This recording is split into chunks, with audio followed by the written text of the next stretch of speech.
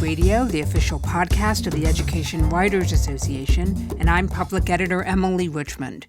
If you are behind bars in Illinois' prison system, what educational programs and services are available to help you get your life back on track? That's the question public radio reporter Lee Gaines set out to answer in an ongoing series looking at funding, challenges, and policy changes affecting learning opportunities for tens of thousands of prisoners. She joins us today. Lee, welcome to EWA Radio.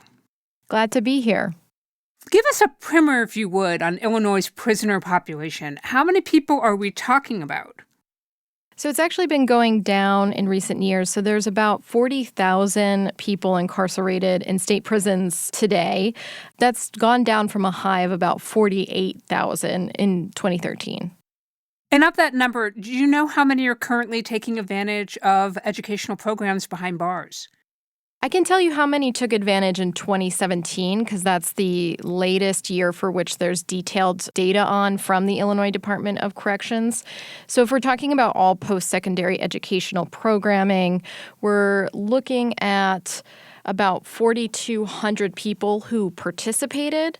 And of those 4,200, about 341 got some type of degree. And that's the latest data that I have. I'm working on getting more up-to-date numbers for 2018.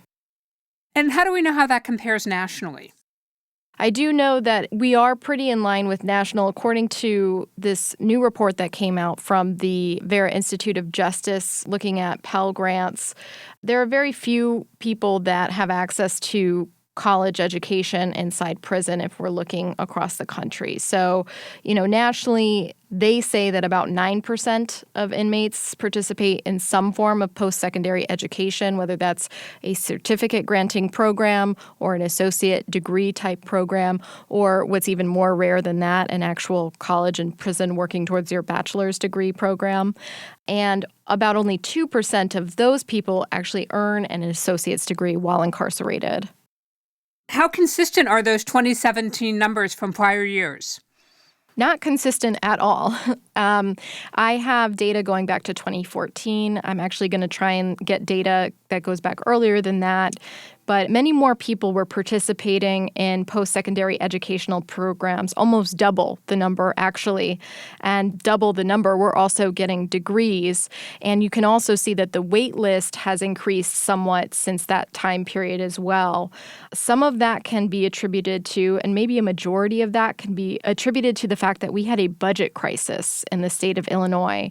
And all over these reports, I'm seeing this college program disappeared because of a lack of funding, or we can't hire any more teachers because of a lack of funding. Every report has that all over it. There's a lack of educators and there's a lack of money for this programming in the prison system.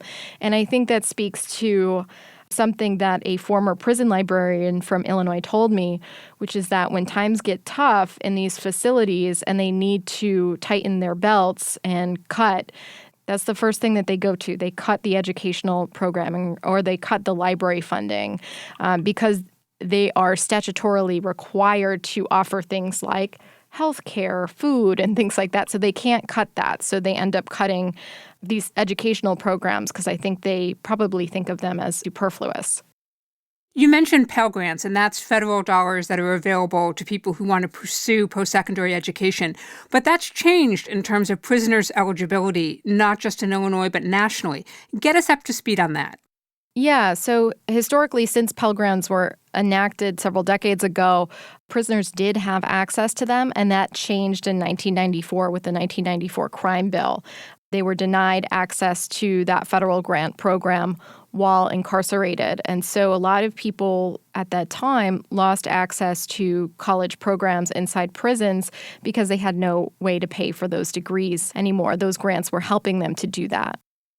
You actually found there would be some cost benefits to Illinois if those Pell Grants for prisoners were reinstated. What did you find? Yeah, that's again from the Vera Institute of Justice report. They actually did a big national report, so you can go onto their website and find out how that breaks down for your state. But in Illinois, they were estimating, and this is dependent on the number of people that would take advantage of the Pell Grant program, they were estimating that the state could save anywhere from $8 million to $26 million per year if Pell Grant eligibility were restored to inmates. And so what that cost savings is it's based on recidivism numbers because there's a connection between education and recidivism rates. I was actually surprised that there is some bipartisan support for reinstituting Pell Grants for prisoners. What's standing in the way? I think it's a priorities question. You hit the nail on the head. There is bipartisan support for this, and you saw with the First Step Act, that was a major criminal justice reform bill that was passed recently, that there's a lot of advocates for Pell Grants being restored to prisoners that think this is probably just the next step. It's just a matter of time until that happens. Interestingly, though, there is some criticism of this from unexpected places. I was recently talking to the head of a college and prison program in St. Louis, and she had a lot of concerns about Pell Grants being restored, not because she doesn't think that people who are incarcerated deserve or should have access to those grants, but there was concern on her part that access to those grants would lead to predatory practices by higher education institutions, that they would see college and prison programs as a cash grab, so to speak. So they would offer a subpar education to people that are incarcerated while collecting that federal grant money. Okay, that's fascinating. So the idea is that those predatory practices that a lot of consumer advocates are trying to crack down for students who are outside of prison, that those methods and practices could carry over to folks behind bars? Yes, and it's not just for-profit educational institutions, it's also nonprofit educational institutions that could take advantage of this. Because when you are incarcerated, you really don't have much choice, as opposed to an educational consumer who is not incarcerated, who can make a decision about what college program I want to have access to, because typically a corrections department only contracts or allows in a very limited number of educational facilities. Honestly, in Illinois, there's only one community college that's serving most of the state's prisons. So there is an opportunity here for an abuse of the system by those higher education institutions. We're talking with Lee Gaines of Illinois Public Media about her reporting on prison education programs. Don't miss an episode of EWA Radio. You never have to. You can find us on your favorite podcast app. And don't forget to take a moment to rate us on iTunes. Your support and feedback are helping us grow. We wanted to mention that Lee's work on this project is supported in part by an EWA Reporting Fellowship. She does retain all editorial control over her content. Lee, I think it's worth noting that when we're talking about some long-term benefits to this prison education programs, it's not theoretical. You found some hard research. What do you know? So there's a very famous RAND Corporation study. It's a meta-analysis of college and prison programs across the country.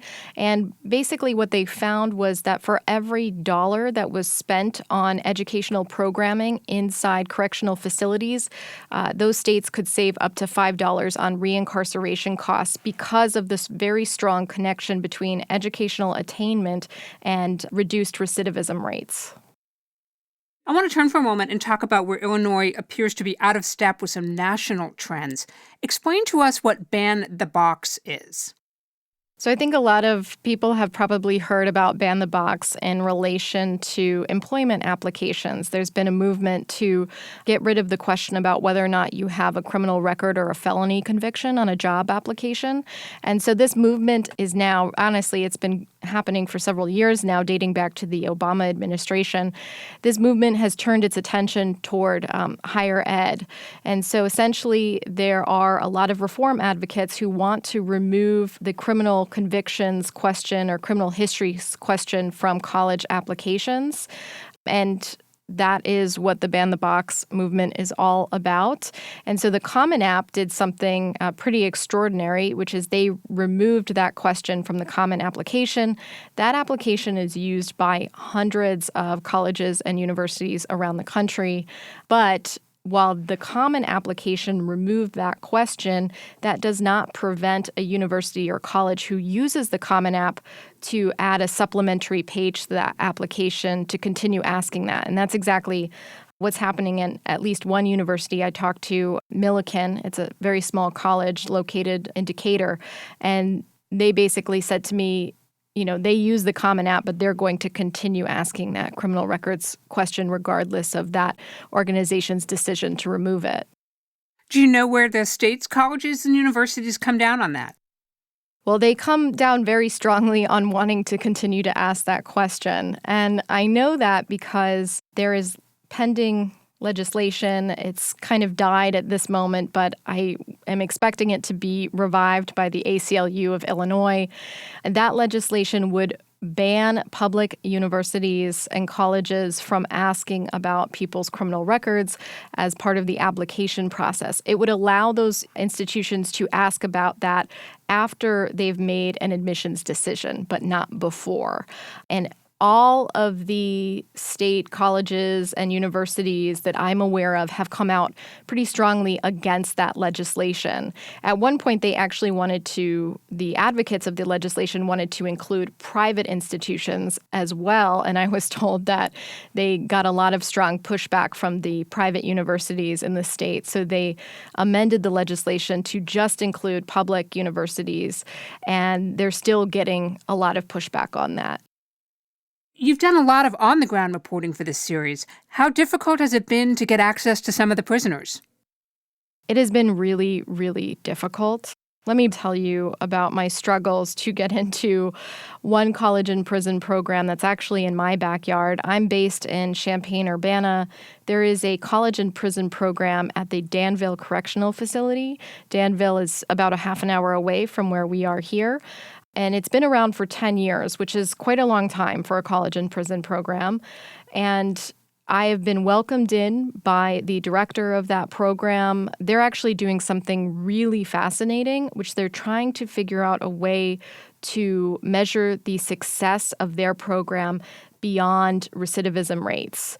If you talk to people in the college and prison world, they're actually really frustrated with evaluating college and prison programs solely on the basis of how they affect recidivism rates. I've also been told that a lot of the individuals that are in those programs are unlikely to recidivate regardless of the existence of those programs. Just the mere fact that they're pursuing their education so diligently in an environment where it's very difficult to do that indicates that they're unlikely to reoffend. So they want to look at what value this provides beyond recidivism and to also be able to evaluate themselves, because there is really no way to measure the quality of a college and prison program currently. So they're doing this work with a big grant, and they're holding focus groups with alum of that program, and they're also holding focus groups inside the prison with current participants in that college and prison program. And I've been trying to get into those meetings. So like I said, I'm being welcomed in by this college and prison program, but I need permission from the Illinois Department of Corrections to get in. And so far, I've been continuously denied permission to go into that facility with really no explanation whatsoever. So I can guess, though, that they're not particularly happy about some of the reporting that I have done. Actually, the reason that I applied for this fellowship was because I did some reporting and I found out that they were spending really nothing on books for their prison libraries or educational programs as of late. So in the last few years compared to the early 2000s, that got a lot of attention in the state. And I think that they probably don't want to let me in potentially because I did a story that did not put them in necessarily the best light. This is the only explanation I've come up with because, as I said, they're not giving me any explanation whatsoever why they're not letting me into that program. Well, how are you getting around those roadblocks? So what I've been doing is I got connected through my prior reporting with a group called Books to Prisoners. They send books to inmates in facilities because they don't really have access to books otherwise unless they're having family members send them to them. And so this volunteer with that organization was very connected with several incarcerated people who were really eager to get an education. And so I have been writing letters with them, and now we're emailing, and now we're talking on the phone. And it's really exciting for me because this has actually happened quite recently. And it feels like a huge breakthrough in my reporting to be able to talk to people that are currently inside these facilities versus people that used to be and are now out on the outside. Have you added any other new skills or techniques to your journalist toolbox since taking on this project? I've definitely had to get a lot better at FOIA, Freedom of Information Act. One of the central pieces of this project is finding out how many people are participating in these programs, how many people are waitlisted, how many people are getting degrees. And I needed that data. So what I initially did was filed a FOIA asking for those numbers. And I was told that that wasn't really a FOIA because I was just asking for information. I wasn't asking for records. So a colleague of mine suggested that I FOIA for the records that the Office of Education and Vocational Services in the Illinois Department of Corrections keeps, and then that would give me an idea of what to FOIA for to find out those numbers that I was trying to get my hands on. And so I did that, and they said, we don't have such a list. So I was pretty frustrated. And then what I found out was that this particular office that oversees all the educational programming, they're required to put out reports. So what I ended up doing was filing for their reports. And that's how I got access to the numbers that I gave you at the top of the show. And it took a while. It took like a solid month because, as any journalist knows, all the institutions have at least 5 days to respond to you. Sometimes they extend that time. So it can be a really time-intensive process. But like I said, I've been really getting a lot better at how to phrase my FOIAs in order to get the information that I'm looking for. Well, let me ask this. What advice do you have for a local reporter who may want to start looking at educational programs for the incarcerated in their own communities?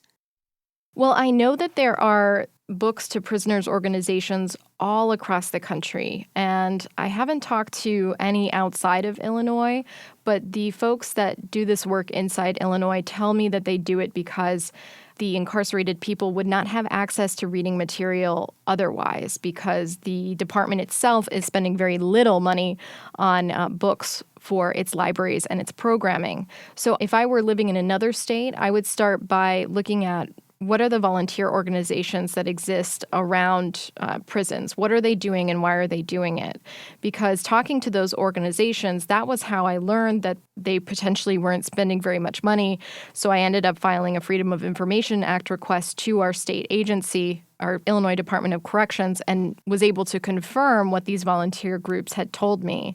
So I would simply start talking to people that are advocates for the incarcerated and formerly incarcerated and start asking them, like, why do you do what you do? What are the problems that you're seeing? And then do your due diligence to confirm what they're telling you. Lee Gaines reports on education from Illinois Public Media as part of the Illinois Newsroom Regional Journalism Collaborative. She's also an EWA Reporting Fellow. Lee, thank you for making time for EWA Radio. Thank you so much for having me. And that wraps up another episode for us. If there's a story you want to know more about, drop us a line. We're at radio@ewa.org. The mission of the Education Writers Association is to strengthen the community of education journalists and improve the quality of education coverage. For more than 70 years, EWA has helped reporters get the story right. Have a great week, and thanks for listening.